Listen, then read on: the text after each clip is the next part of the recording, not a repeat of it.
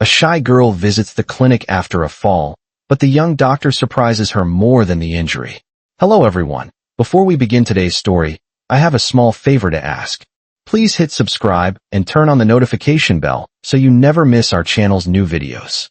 It is quick, free, and the best way to support us in bringing you more dramatic stories. Your support means the world to us. Where are you watching from? Drop your city or country in the comments below. Thank you very much. Now, let us return to our main character. The fluorescent lights of Riverside Community Clinic buzzed softly overhead, washing the room in a cool pale glow. Maya Collins sat on the edge of the examination table, her fingers locked together so tightly that her knuckles had turned white. Her right leg trembled involuntarily. The fall behind the diner had left her ankle throbbing, and every small shift in weight sent a sharp sting up her calf. The door opened with a quiet click. A young doctor stepped inside, wearing a neatly pressed white coat and a stethoscope that swung lightly with each step. His name tag read, Dr. Adrian Cole. His voice was steady and warm, the kind of tone that made even a sterile clinic feel less intimidating. Maya? I am Dr. Cole. Let us take a look at that ankle, he said gently. She nodded, swallowing hard. I am sorry. I know this is probably nothing major. I could not walk right after I fell. No need to apologize, he replied as he crouched down beside the table. Pain is pain. You deserve to be checked properly. When he placed his hand lightly around her ankle to assess the swelling, Maya sucked in a small breath, trying not to flinch. She kept her eyes on the wall behind him, embarrassed by how vulnerable she felt. Adrian noticed. I will be careful, he said softly. Tell me if anything hurts more than it should. His touch remained clinical, steady, and respectful. Even so, she tensed as he gently rotated her foot to test her range of motion. Her voice wavered. I really hope I do not need anything expensive. I cannot afford x-rays or anything like that. Adrian looked up, meeting her eyes for the first time. They were weary eyes, the kind that had spent far too many nights awake. Let me worry about the medical part, he said. You just focus on breathing for me. Her shoulders loosened just a little. He reached for a warm compress from the counter and carefully wrapped it around her ankle. The heat spread through her skin, easing some of the tightness. Maya exhaled slowly, almost in relief. Can you tell me what happened? He asked. She hesitated, then said, I was leaving the diner after my shift. It was late. I slipped on a puddle near the back door. I guess that is what I get for working 2 jobs on no sleep.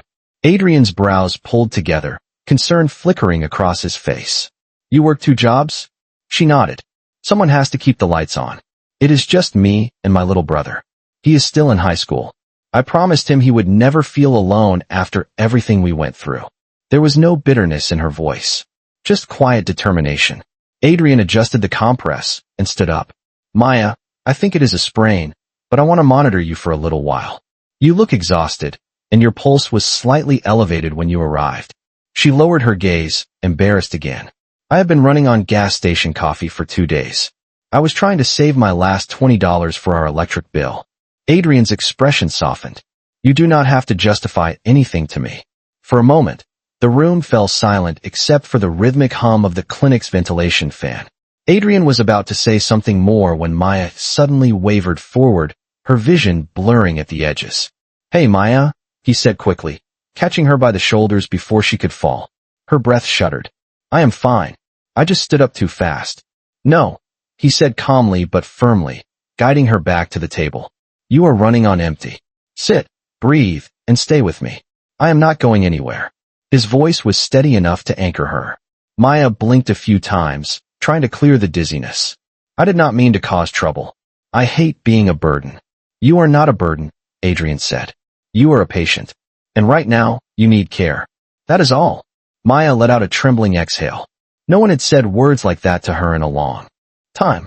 Outside the small clinic room, the world continued as normal.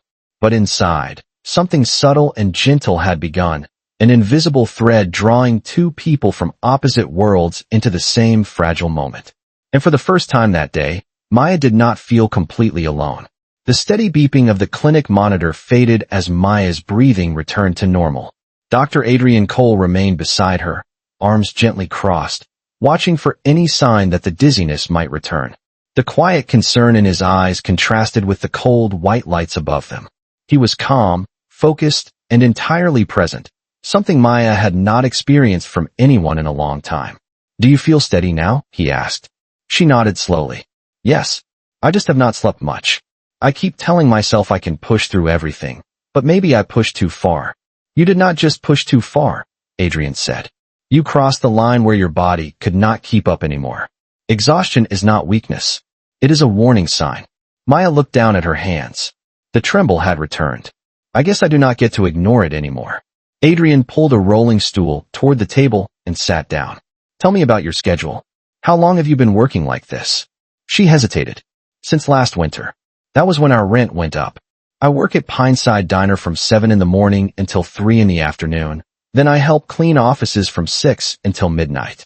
Sometimes later." He let out a quiet breath, not dramatic, but real. "That is not sustainable. Anyone would collapse under that." Maya tried to laugh, but it came out thin. "Most people do not have younger brothers who need school supplies, and groceries, and everything else." Adrian studied her for a moment. Not with pity, but with the kind of empathy that made her chest tighten unexpectedly. "You should not have to carry all of that alone," he said. "I am used to it," she replied. "Life does not really stop to let you rest."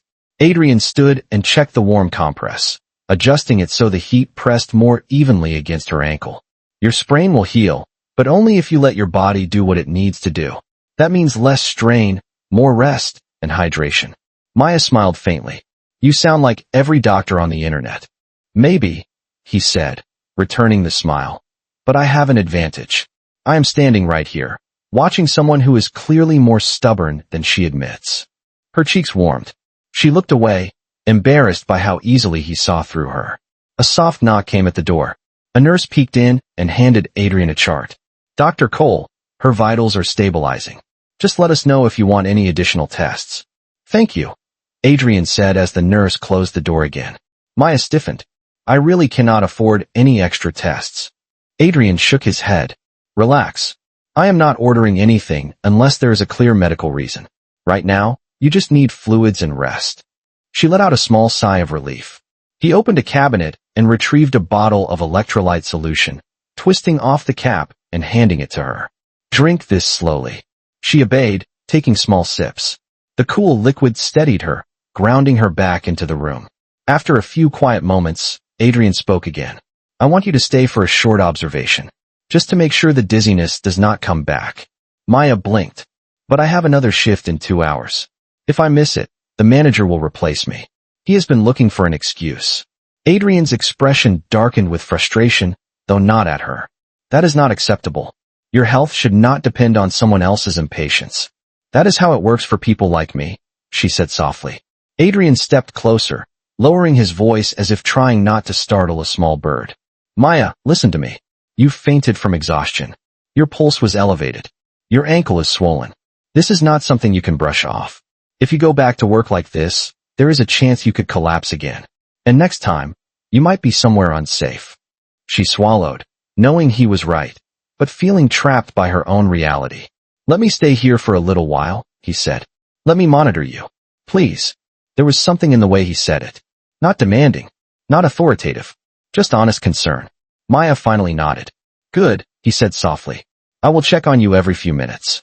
As he walked toward the door, she called after him. "Dr. Cole." He turned back. "Yes." She hesitated, then whispered, "Thank you. I am not used to anyone taking my pain seriously." Adrian gave her a look that felt steady, grounding, almost protective. "Pain is never small just because someone else has more. I am here to help. That is all." He stepped out, leaving the door slightly ajar. Maya leaned back on the pillow, letting the warmth from the compress melt into her ankle. The room felt a little less cold, a little less lonely. For the first time in months, she allowed herself to close her eyes without fear of what would happen if she stopped moving. She did not know it yet, but the man who had just walked out would soon become the person who changed the direction of her entire life. The next hour passed quietly inside the small observation room, the steady rhythm of the clinic flowing around Maya like distant waves. She remained on the examination table, her ankle wrapped and slightly elevated, a warm compress resting over it. Every few minutes, she glanced at the open doorway, half expecting Dr. Adrian Cole to return, half hoping she would not trouble him further. But he always came back, exactly as he promised. When the door opened again, Adrian carried a small rolling tray filled with supplies. His expression was calm but attentive, the expression of someone who cared about the details most people overlooked. "How are you feeling now?" he asked. Maya lifted her gaze. "A little clearer. Still tired. But breathing feels easier." "That is a good sign," he said as he checked her pulse. "Your heart rate has settled. You are responding to the electrolytes." She blinked. "Does that mean I can leave soon?" Adrian shook his head gently. "Not yet. I want to make sure your body stays stable before you walk anywhere. You are used to pushing yourself past the limit, and that makes it hard to see when you need a full stop." Maya let out a small, tired laugh. "You make resting sound like a medical procedure." "In your situation, it is," he replied. He removed the warm compress and examined the swelling carefully. His touch was light, precise, the way a painter might study a canvas. Maya felt oddly safe, even though she usually hated being the center of attention. Adrian replaced the compress with a fresh one, adjusting it so it molded perfectly around her ankle. "You keep doing that," she murmured. "Doing what?" he asked without looking up. "Being so careful. Most people just rush through things." He paused for a heartbeat. Carelessness does not help anyone heal. Maya watched him for a moment, then looked down at her hands again. "You really believe that?" "Yes," he said. "Healing is not only about fixing what is broken. It is about giving people room to breathe again." Something inside her softened. She did not say anything, but Adrian seemed to understand. He set the timer on the compress and rolled the stool closer. "I want to talk about your schedule again." Maya stiffened. "You cannot fix that. I have rent, bills, groceries, and a brother to take care of. I cannot rest the way you want me to." "I know," he said calmly. "I am not asking you to stop working. I just want to understand how much strain you are under." She sighed. "Every day feels like a race. I wake up before sunrise, pack lunches, run to the diner, smile at customers who do not look at me, mop floors that never seem clean, then walk miles across town to the office buildings. I listen to vacuum cleaners humming at midnight. I get paid almost nothing. And by the time I get home, my brother is already asleep. He does not know how tired I am. I do not want him to see me like this." Adrian sat quietly, absorbing every word. Maya took a slow breath. "People talk about balance like it is something everyone can reach if they try hard enough. But when you are poor, balance is a luxury. You just do what you have to do and hope nothing breaks." Adrian's voice lowered. And today something almost did. His words were not sharp. They were steady, like a truth she had been avoiding. Before she could respond, another wave of exhaustion washed over her. She leaned back against the pillow, eyes drifting shut. Adrian adjusted the blanket around her shoulders to keep her warm. "You are shivering," he said. "Give your body a chance to recover." She opened her eyes slightly. "Can I really rest here?" "Yes," he said. "I will handle the rest." For a while, the room remained peaceful. Maya drifted in and out of a light sleep, each time awakening to the soft glow of the overhead lamp or the distant murmur of voices from the hallway. Every time she stirred, Adrian was nearby, updating her chart, adjusting the compress, or simply watching to make sure she was all right. At one point, she whispered, half dreaming, "Why are you taking care of me like this?" Adrian looked up, startled by the vulnerability in her voice. "Because you need someone to stand still while your world does not." Her lips parted slightly, as if she wanted to respond, but her eyes grew heavy again. A little while later, she woke from another nap to find Adrian preparing a small tray of supplies. He handed her a cup of water. "Drink more. You are still dehydrated." She obeyed, though her hand shook slightly. Adrian supported her elbow, so she would not spill. When she finished, she whispered, "Thank you." He nodded. "It is my job." She shook her head. "No, you are doing more than that." Adrian did not argue. He only lifted the compress again, checking her ankle. The swelling had begun to go down. He gave a small approving nod. "You are healing," he said. "Because you keep checking on me," she replied. "Every time I wake up, you are here." A shadow of quiet truth flickered across his face. "I want to be sure you are safe." She studied him, confused by how much she wanted to trust someone she had only met hours ago. Adrian cleared his throat lightly and continued, "I want you to rest for the rest of the evening. No work, no running, no pretending you are fine." Her eyes widened slightly. "Even if I wanted to try, I cannot afford to miss another shift." We will talk about that later, he said in a calm, gentle tone. Right now, focus on breathing and letting your body return to itself. Maya lay back, letting the warmth spread through her ankle again. She stared up at the lights, feeling the first hint of relief she had felt in months. Adrian stepped back, giving her space, but his voice lingered. You do not have to fight everything alone, Maya. Her eyes closed slowly, her breath settling. For the first time in a long time, she let herself believe him. When Maya woke the next morning, the clinic was quieter than before. The early sunlight filtered in through the blinds, drawing soft stripes of gold across the white sheets and the metal frame of the examination bed. For a moment, she did not remember where she was. Then the ache in her ankle returned, gentle but present, reminding her of everything that had happened the night before. She shifted slightly, testing her balance. The swelling had gone down enough that she could wiggle her toes without wincing. Her body still felt heavy, but no longer on the verge of collapsing. She drew a slow breath, feeling the warmth of the blanket that had been tucked around her when she had fallen asleep again. A familiar voice broke the morning stillness. You are awake, Adrian said as he stepped back into the room, holding a clipboard and a cup of warm herbal tea. How is your ankle? Maya straightened a little. Better, I think. My head feels less foggy. That is exactly what I wanted, he replied. You slept through most of the night. Your vitals have stabilized. You needed that rest more than you realized. She blinked, startled. Wait, I slept here? I did not mean to. I must have. Do not apologize, Adrian said as he set the tea on the rolling tray. Your body decided for you. She relaxed gradually, though a faint blush rose in her cheeks. Did I keep you here all night? He shook his head. I stayed nearby, but the nurses monitored you too. I just came back whenever they told me you stirred or looked uncomfortable. Maya stared at him, confused by the idea that someone would watch over her like that. You really did not have to do all of that. Adrian's voice softened. Sometimes people need someone to pause for them when they are unable to pause for themselves. For a moment, she could not find the right words. She looked down at her wrapped ankle again, the compress warm and soothing against her skin. Adrian's gaze drifted toward the foot of the bed. I want to test your balance. Only if you feel steady. Maya nodded.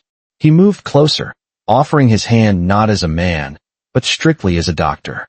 She placed her hand in his lightly, letting him support her as she eased off the bed. The floor felt cool beneath her foot. Her injured ankle protested, but not sharply. She leaned slightly on him, steadying her breath. Tell me if anything hurts more than it should, Adrian said. She took one careful step, then another. Her grip tightened around his hand for a moment, but she did not fall. It hurts, she whispered, but not like before. That is progress, he said. You will need a brace for a few days and strict rest. No more 12-hour shifts. No cleaning offices at midnight. Not until the swelling goes down and your strength returns. Maya let out a soft, almost defeated sigh. My manager is not going to understand that. Managers do not get to decide whether your bones and muscles heal properly, Adrian said with quiet conviction. Your health is not negotiable. She lowered her gaze. You say that like I have the option to choose. He hesitated, studying her tired expression. You do have a choice. It just does not feel like it because everything around you is pulling in the opposite direction. She took another shaky step, and he steadied her gently. When she sat back on the bed, she took a slow breath. Adrian returned to the tray and handed her the cup of herbal tea. Drink. It helps with fatigue. She wrapped her hands around the cup, the steam warming her fingers. Dr. Cole, thank you for everything yesterday. And today, I did not expect anyone to stay with me that long. That is what care looks like, he answered simply. Maya looked at him for a long moment, her voice barely above a whisper. Most people do not stay. There was a flicker in his eyes, something quiet but sincere. I stayed. Before she could respond, the clinic hallway stirred with early morning activity. A nurse walked by with a chart, and a phone rang at the reception desk. The day was beginning, but Maya sensed that something deeper had begun before sunrise. Adrian checked the time, then turned back to her. I want to do one more observation.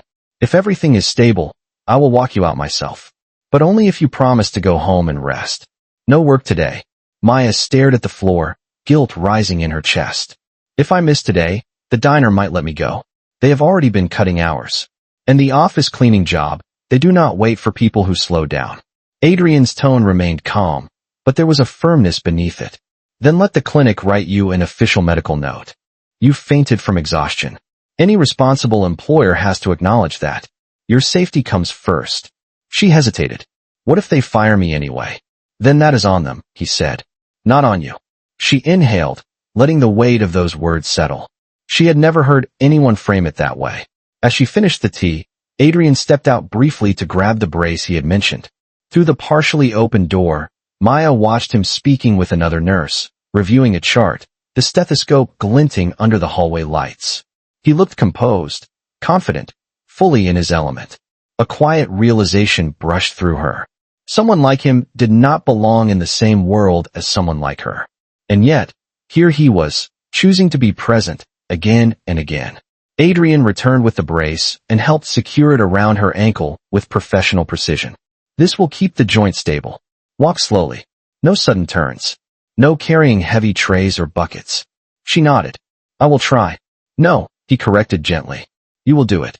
Your well-being matters. Her breath caught slightly at the certainty in his voice. He stepped back, folding his arms lightly. I will check on you again in a few minutes. Rest for now. When he walked out, the room felt different than before. Not as cold, not as empty. As she watched the door close softly behind him, Maya felt something she had not felt in months. She felt seen, and she did not yet know that this quiet, careful morning would be the beginning of everything that would change her life forever. The morning rush at Riverside Community Clinic grew louder as the sun climbed higher, but inside Maya's small room, a calmness lingered. The warm compress had cooled, the herbal tea cup sat empty on the tray, and her breathing had settled into a steady rhythm. When the door opened again, Maya expected Adrian to check her vitals one more time. Instead, he stepped in with a slightly different energy than before. Focused, alert, almost tense. Maya, he said quietly, I want to try something. It might seem small, but it helps me understand how your body is responding. She nodded, bracing herself. What do you need me to do? Just follow my voice, he said.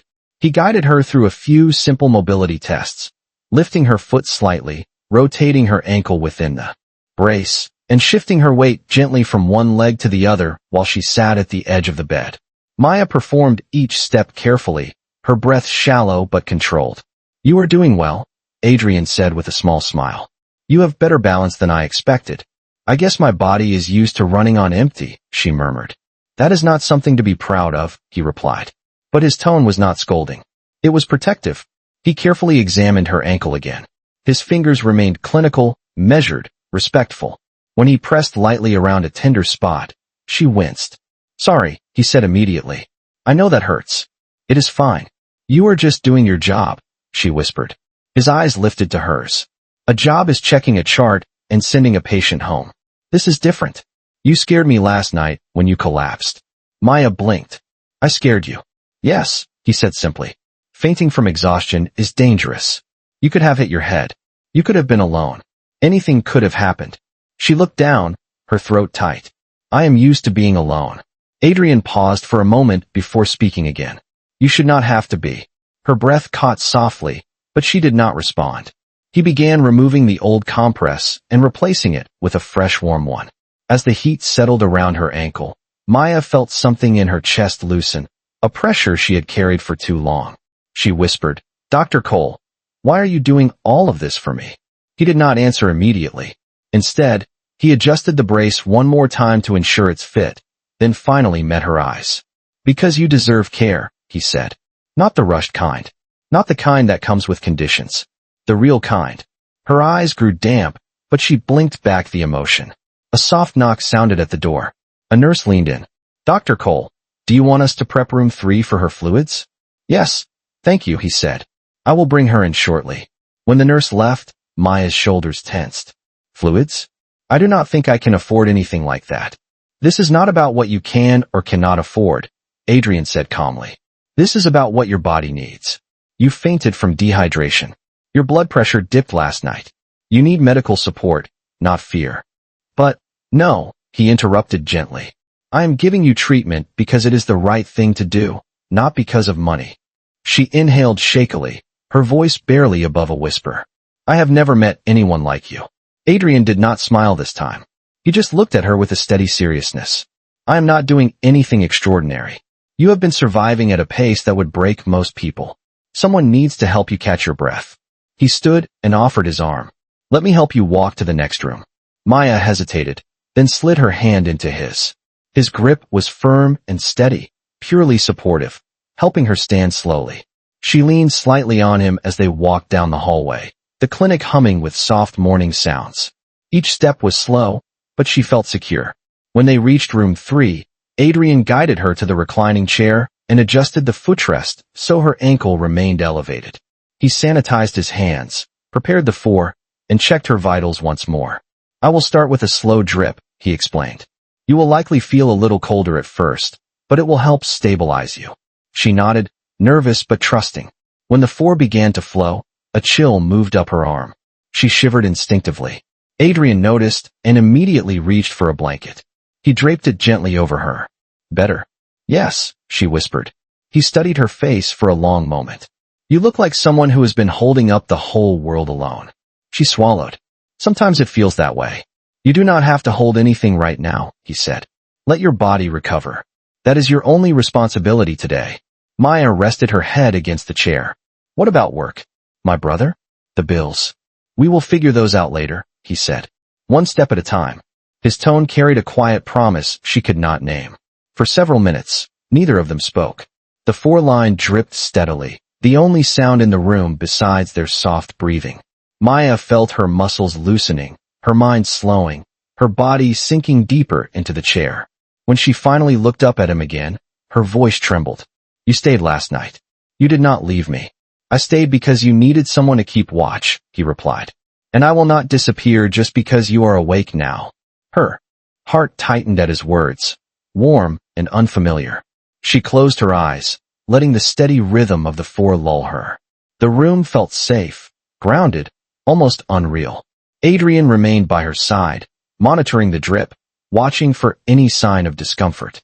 And just when Maya began to drift toward sleep again, she heard his voice, low, sincere, almost a whisper. You are not alone anymore. She did not know what the rest of the day would bring, or the week, or the month. But those words wrapped around her like the warmest blanket she had ever known. For the first time in years, she allowed herself to believe them.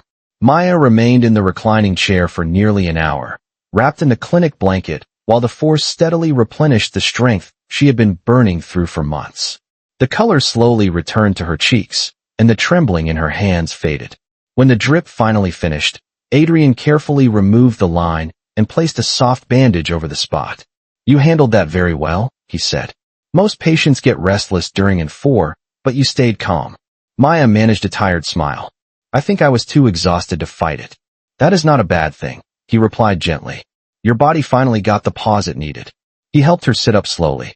The room brightened as sunlight seeped through the blinds, illuminating the faint paleness that still lingered on her face. Even so, her eyes appeared more awake than earlier, still tired, but no longer weighed down by the threat of collapse. How is your ankle feeling now? Adrian asked. Stiff, she admitted, but not as painful. The brace helps. Good. You will need it for at least a week. Longer if the swelling comes back. She nodded. I can do that. Adrian brought over a small clipboard and sat across from her. Before you go home, I need to ask a few questions. Think of this as a check-in with yourself. Maya folded her hands in her lap. All right. He glanced at the clipboard. Do you remember what happened before you fainted? She hesitated. Mostly. I remember trying to leave the clinic. Then everything felt dizzy, like the floor tilted. That matches your vitals. Extreme fatigue can distort your sense of balance. She nodded slowly, but something else pressed at her mind. There are parts 1. Do not remember clearly. It is all foggy, like someone turned down the volume in my head. Adrian leaned forward slightly. That is normal after a collapse. Your body shuts down non-essential functions to keep you safe. It is the same reason you slept so deeply last night. Maya frowned. Did I say anything strange while I was half asleep? No, he said with a soft chuckle.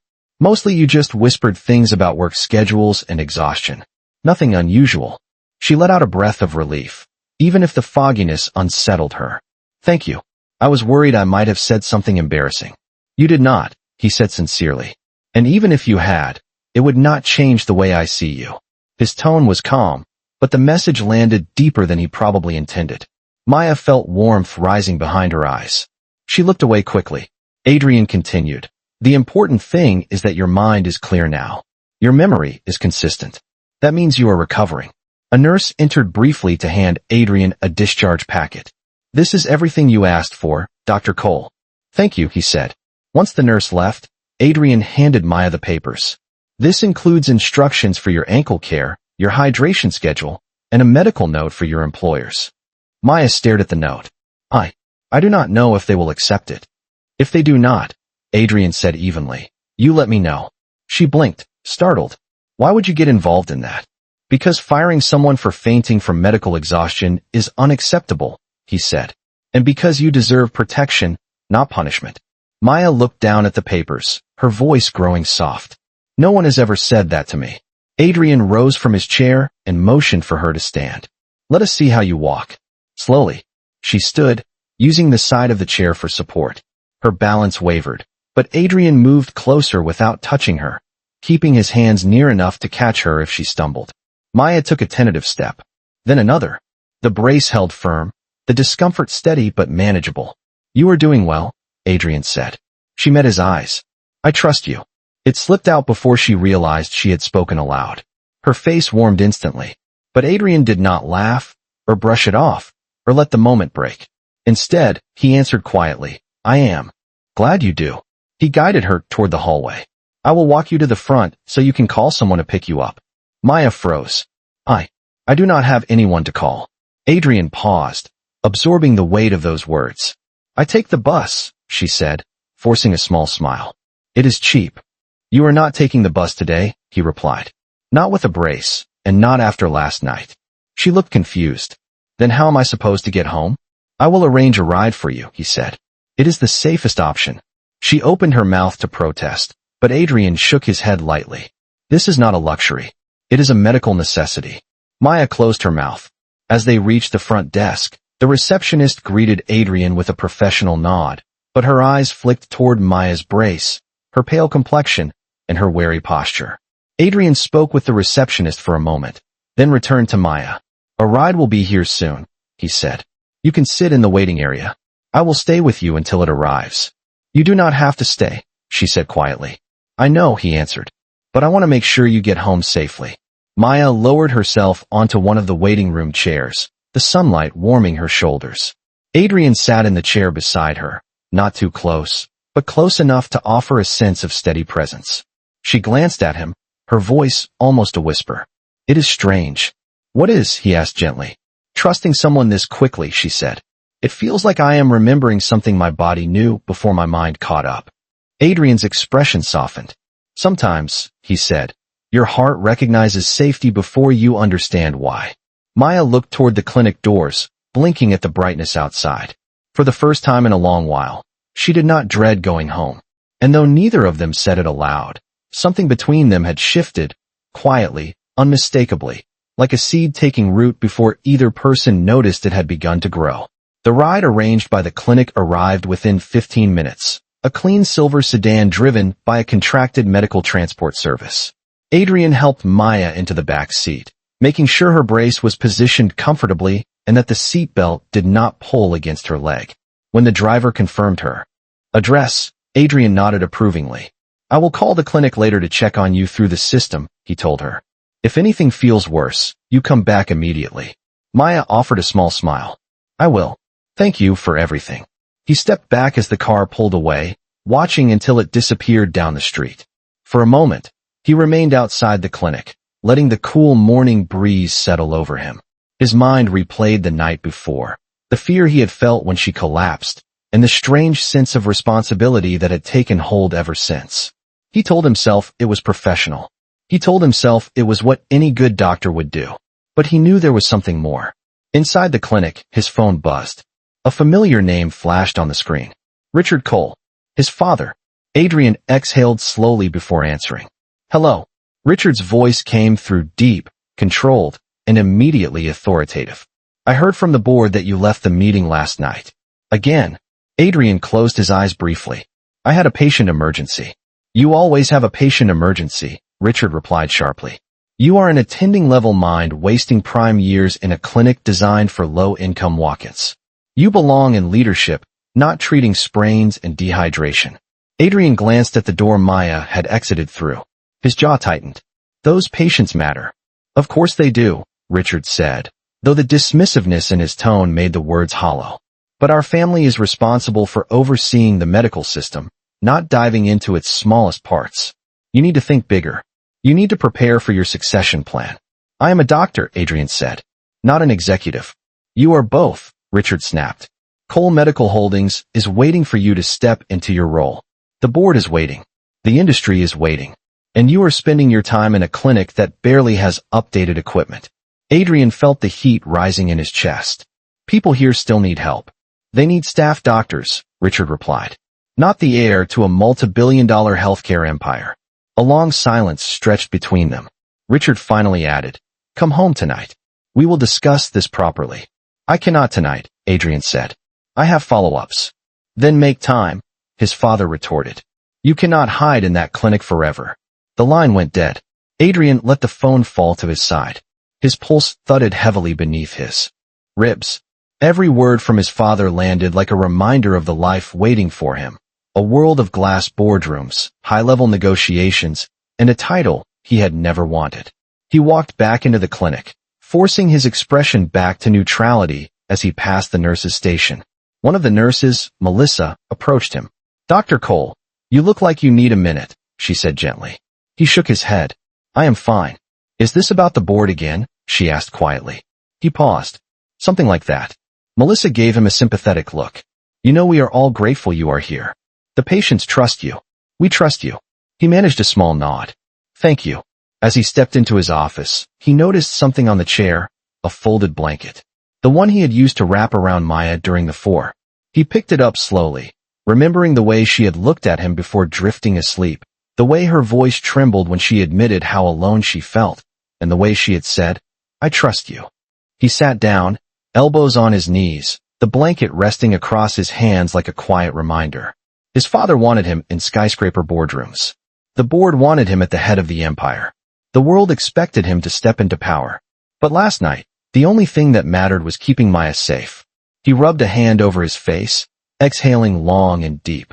For the first time, he wondered if saving people in places like Riverside Clinic was not just a job, but the life he actually wanted. And he also wondered what it meant that the first person to make him question everything was a girl who had walked into his clinic limping, exhausted, and carrying a quiet strength he could not ignore. Whether he admitted it aloud or not, something had begun to change. In him. And because of her. The afternoon light settled softly over the small apartment complex where Maya lived. By the time the medical transport car pulled up to the curb, the exhaustion had returned to her eyes, but it was a calmer kind of tiredness, one that came after being cared for instead of being ignored. The driver helped her out of the car, and Maya limped carefully toward the stairwell, clutching the discharge papers in one hand. She had barely reached the first step when her phone buzzed. A message from the Pineside diner manager. "You missed your shift. If you cannot keep up, we will find someone who will." Maya closed her eyes for a moment. The fear she had known for years rose like a wave. Fear of losing rent money. Fear of disappointing her brother. Fear of slipping again into the instability she had fought so hard to escape. She wanted to cry, but her body felt too empty for tears. Inside her apartment, the quiet was heavy. Her brother, Noah, was still at school. The stack of unpaid bills sat on the counter where she had left them. She set the papers down, her fingers trembling slightly, and lowered herself onto the worn couch. She pulled the clinic blanket the driver had handed her closer around her shoulders. It still smelled faintly of antiseptic and warmth. For a moment, she let herself sink into it, remembering Adrian's voice, steady and reassuring. "You do not have to fight everything alone, Maya." She had tried to believe him, but alone was the only thing she had ever known how to be. Her phone buzzed again. Another message. Not from the diner, but from the office cleaning supervisor. "You did not show. Do not bother coming tomorrow." The words blurred on the screen. 2 jobs. Gone. Just like that. Her heart pounded, not with dizziness this time, but with the panic of survival closing in. She pressed her palms to her eyes, trying to breathe through the tightness building inside her chest. She whispered to herself, Calm down. You cannot fall apart now. You cannot. But the apartment walls felt smaller with each breath. After a few minutes, she stood unsteadily and went to the bathroom sink, splashing cold water on her face. Her reflection looked unfamiliar, pale, tired, scared, and yet somehow clearer than before. The fog from the collapse was gone, replaced by a sharp, aching awareness. She had nobody to call. No safety net. No backup plan. A knock sounded at the door. Maya froze, confused. She was not expecting anyone. Slowly, she limped across the room and opened the door just an inch. Adrian stood in the hallway, still in his clinic scrubs, still with that steady expression that made her chest tighten. "Maya," he said softly, "I hope I am not intruding. I just wanted to make sure. You made it home safely." Her breath caught. "Dr. Cole, how did you know where I live?" He lifted a small folder in his hand. "It was in your patient file. I thought you might need your paperwork explained, and I wanted to check on your ankle. I should have called first. I apologize." Maya opened the door a little wider. "No, it is all right. I just did not expect to see you."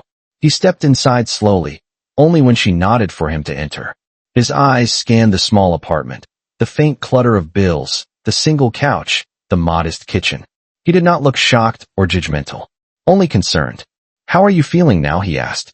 Maya's fingers tightened around the blanket. "Physically better, but I lost both of my jobs today." Adrian's expression shifted, subtle but unmistakably protective. "Both?" She nodded. "They said I missed my shifts. They did not care why." He lowered his voice. "I am sorry. You did not deserve that." Maya laughed quietly, without humor. "It happens. Employers like them always say we are replaceable. And maybe we are." "No," he said firmly. "You are not replaceable." The room went still. Maya swallowed. "I do not know what I am going to do. Rent is due next week. I cannot work with this ankle. I cannot stand all day. I cannot."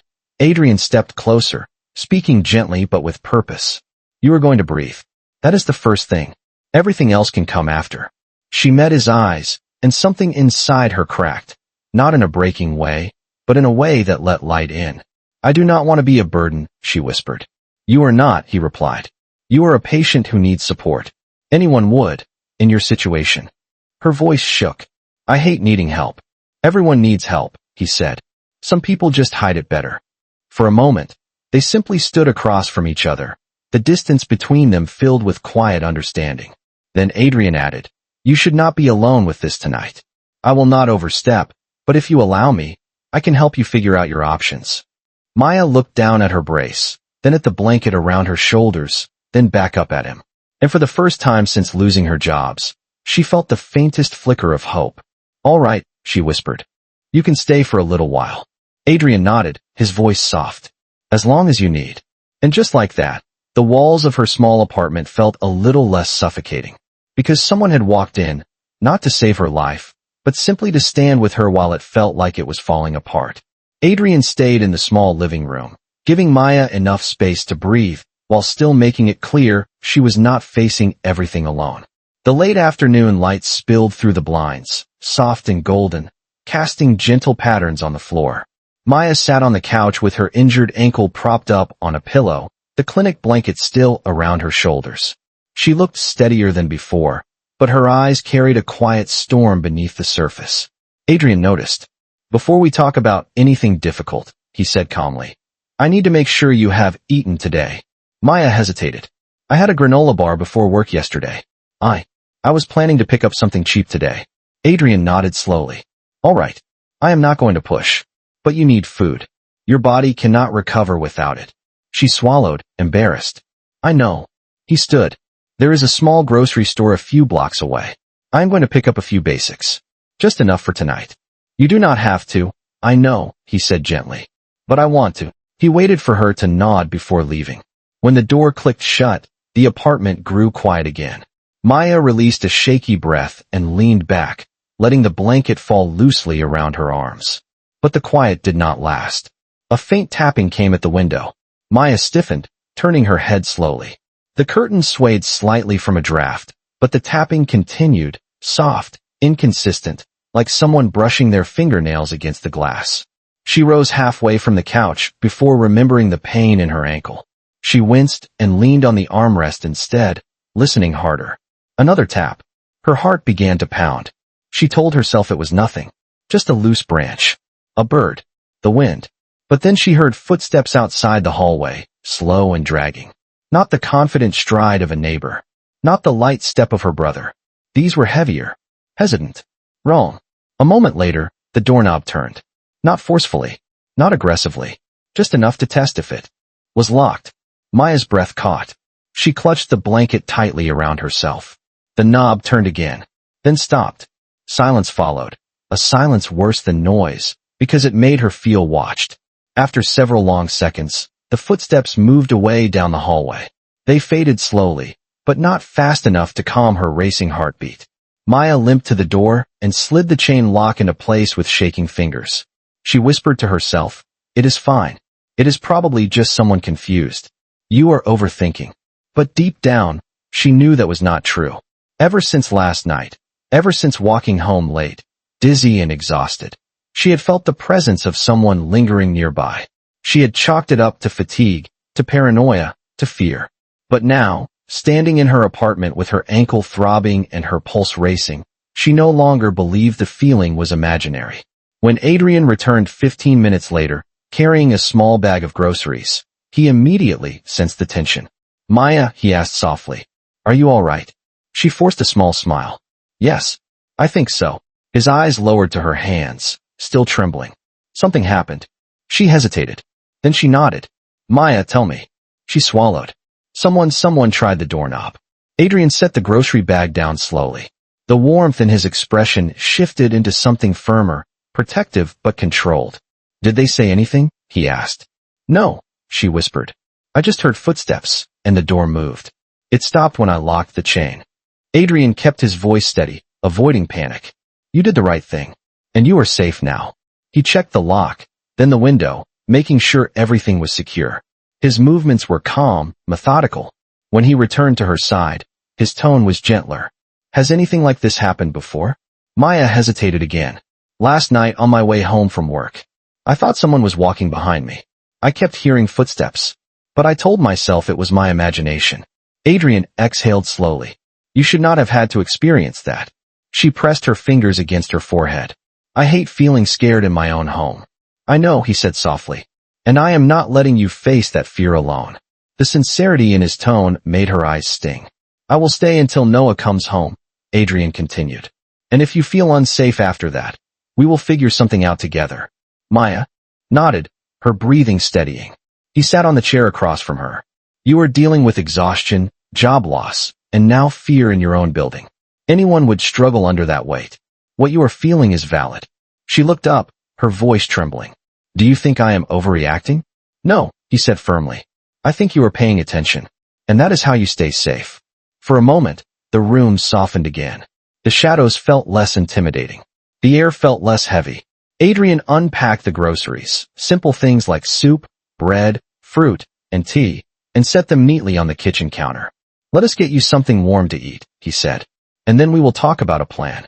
Maya watched him move around the small kitchen, methodical and composed, and something inside her heart shifted again. Not because he was saving her, but because he stayed. And because for the first time in a long time, she did not have to pretend she was fine. She did not have to face her fear alone. The small apartment felt quieter after Maya finished eating the warm soup Adrian had prepared, but the tension from the doorknob incident still lingered in the air. Adrian kept his voice calm and steady, asking simple questions, grounding her whenever she seemed overwhelmed. He made sure she drank water, adjusted the pillow under her ankle, and checked her breathing every so often without making it obvious. When Noah finally came home from school, he stepped through the door with his backpack slung over one shoulder. His eyes widened when he saw a stranger in the living room. "Maya? Who is he?" Before Maya could speak, Adrian stood and introduced himself with a polite nod. "I am Dr. Adrian Cole. Your sister came to the clinic last night because she fainted and injured her ankle. I am here to check on her." Noah looked at Maya, uncertain. "Are you okay?" She nodded. "I am fine. Just tired." Adrian added, "She needs rest for at least a few days. And she needs to avoid standing for long periods." Noah set his backpack down, worry filling his features. "Are you sure she is okay? She looks pale." "Fatigue can do that," Adrian said gently. Noah's shoulders relaxed a little, but he kept watching Maya as if afraid she might disappear. Maya gave him a reassuring smile, though. It cost her effort. Adrian stepped aside to give them a moment. Maya told Noah about the jobs, about losing them, and about the doorknob incident. She kept her voice steady, but Adrian could hear the strain. Noah reacted the way any worried younger brother would. They cannot just fire you like that, Maya. They cannot. It does not matter, she said softly. It already happened. Adrian stepped forward then. There is something you both need to know. Maya looked up. You did nothing wrong, he said. And losing your jobs does not define your worth. What happened to you yesterday, and today? It is what happens when people carry too much weight with no help. Noah exhaled shakily. So what do we do now? Adrian chose his words carefully. We take this one step at a time. First, Maya needs rest and hydration. Her recovery is non-negotiable. Second, she needs a secure environment. What happened at the door earlier today should not be ignored.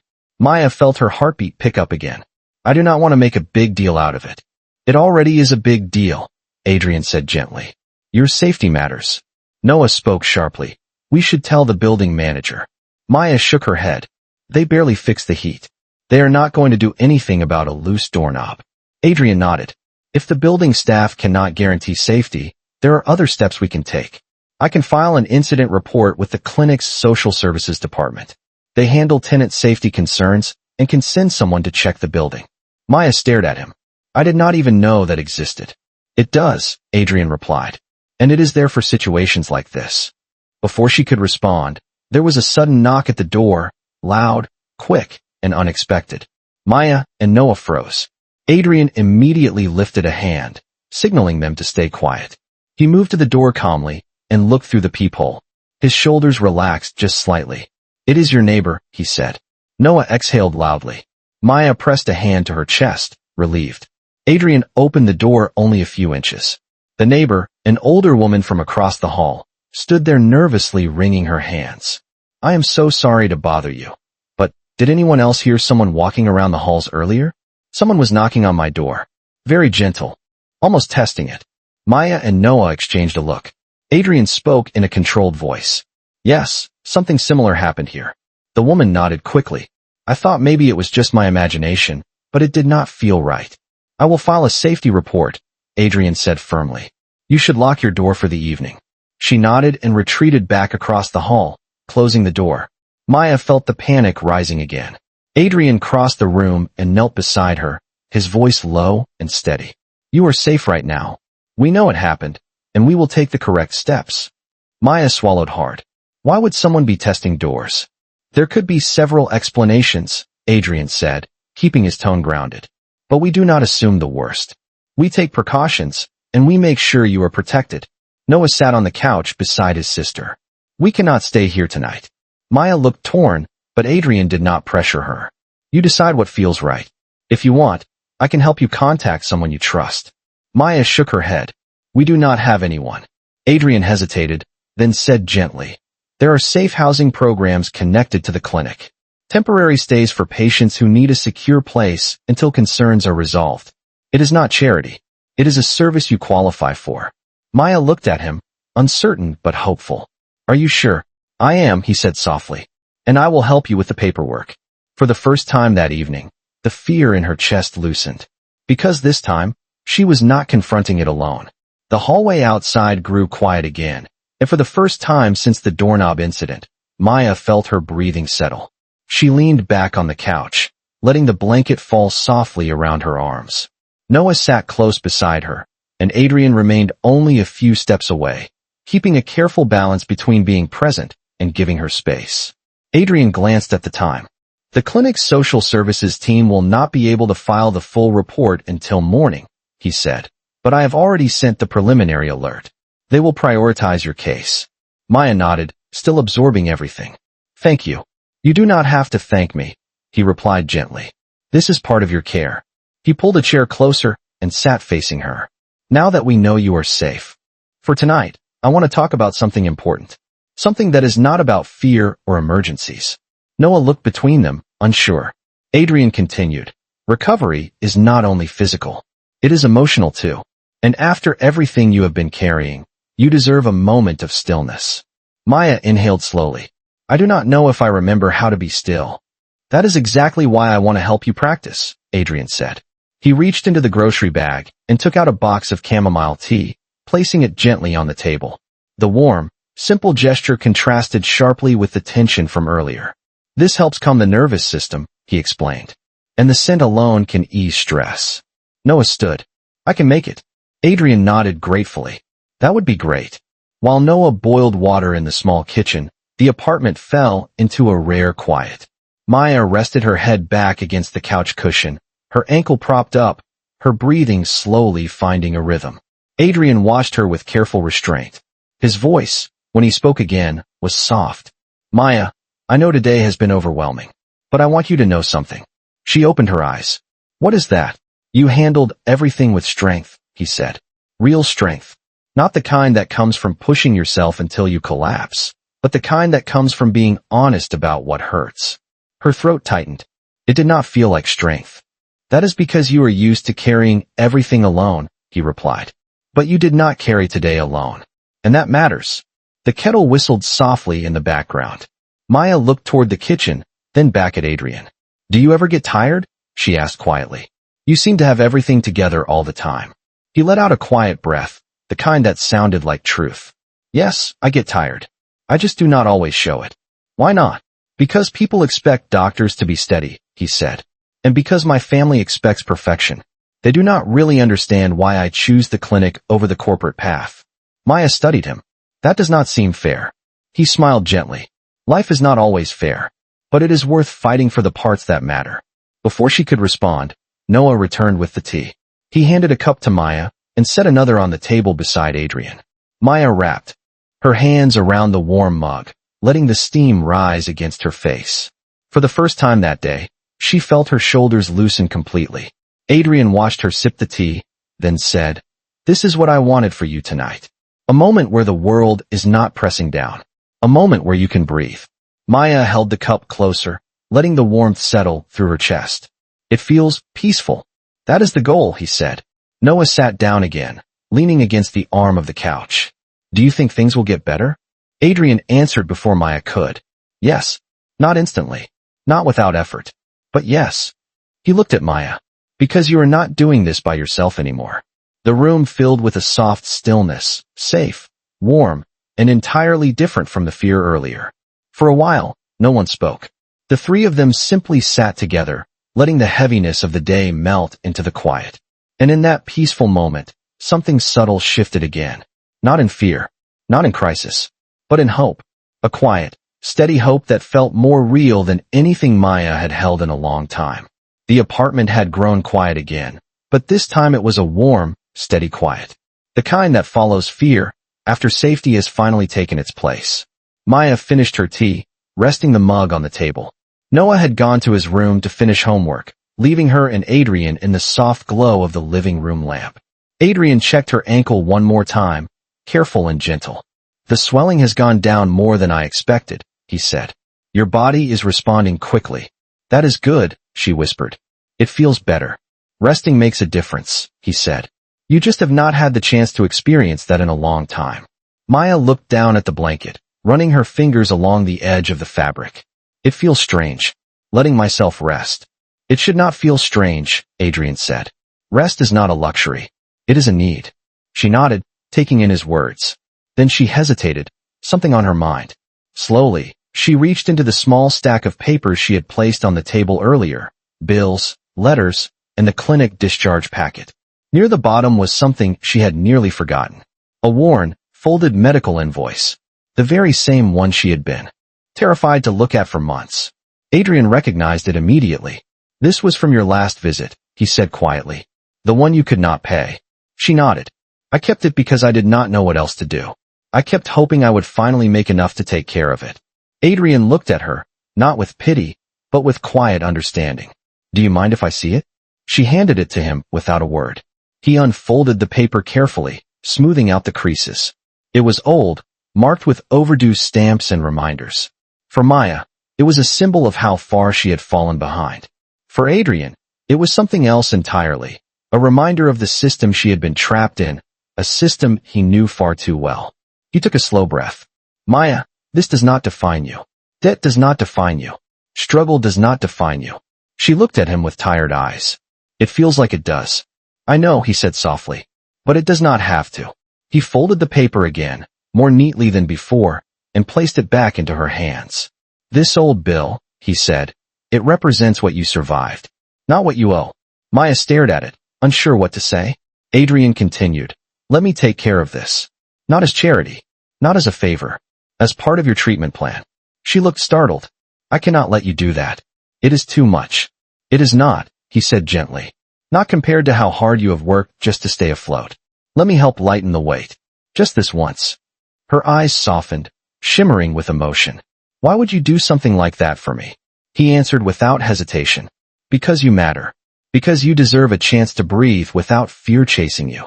The words sank into her slowly, like warmth reaching the coldest parts of her chest. Maya looked down at the folded invoice again, then placed it carefully on the table, as if releasing something she had held for far too long. Adrian watched her, his voice low. This is your new beginning.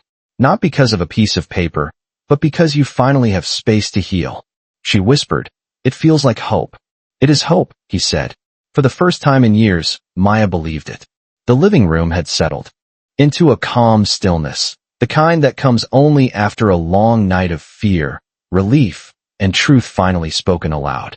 Maya held the folded invoice gently in her hands, no longer with dread, but with something close to acceptance. Adrian sat across from her, posture relaxed, eyes steady and warm in the soft lamplight. For a moment, neither of them spoke. Then Adrian rose and walked to the small kitchen counter. When he returned, he carried something she had not noticed before, a simple, small wooden box he had tucked into the grocery bag earlier. He placed it carefully on the table between them. Maya looked at it, confused. What is this? A reminder, he said softly. Something I think you need today. He opened the box slowly. Inside, resting against a pale cloth lining, was the folded medical invoice she had feared for months, now neatly placed and framed with the respect of something meaningful rather than something shameful. Maya's breath caught. You framed it. It is not a burden anymore, Adrian said. It is part of your story. And stories, when we look at them honestly, show us how far we have come. Her eyes shimmered. I do not know how to thank you for this. You do not have to, he replied. Healing is not a debt you owe. It is something you deserve. Noah stepped quietly out of his room, noticing the wooden box and the way his sister's expression changed. He did not interrupt. He simply stood beside her, resting a hand on her shoulder. Adrian continued, his voice gentle but clear. From now on, you will not be facing things alone. Not the exhaustion. Not the fear. Not the uncertainty of tomorrow. The clinic has resources. I will help you access every one of them. You will have support. Maya swallowed, overwhelmed by the sincerity in his voice. Why are you doing all of this for me? Adrian paused, choosing his words carefully. Because you taught me something this week. You reminded me why I became a doctor. Not for titles. Not for expectations. But for moments like this, when someone needs a steady hand more than anything else. Her voice trembled. I never meant to remind anyone of anything. That is the beauty of it, he said. You changed something without even trying. A quiet warmth filled the room. Not dramatic. Not overwhelming. Just honest and healing. Maya looked down at the framed invoice in the wooden box. It no longer felt like a weight pulling her under. It felt like a milestone. Proof that she had survived, and proof that someone had chosen to stand with her while she learned how to live again. She whispered, Thank you, Adrian. He nodded once, softly. You are welcome, Maya. Outside the window, the evening breeze brushed against the building, carrying the quiet promise of a new beginning. Inside, under the warm light of the small apartment, Maya realized something she had not allowed herself to believe in years. She was safe. She was supported. And for the first time, her future did not feel frightening. It felt possible.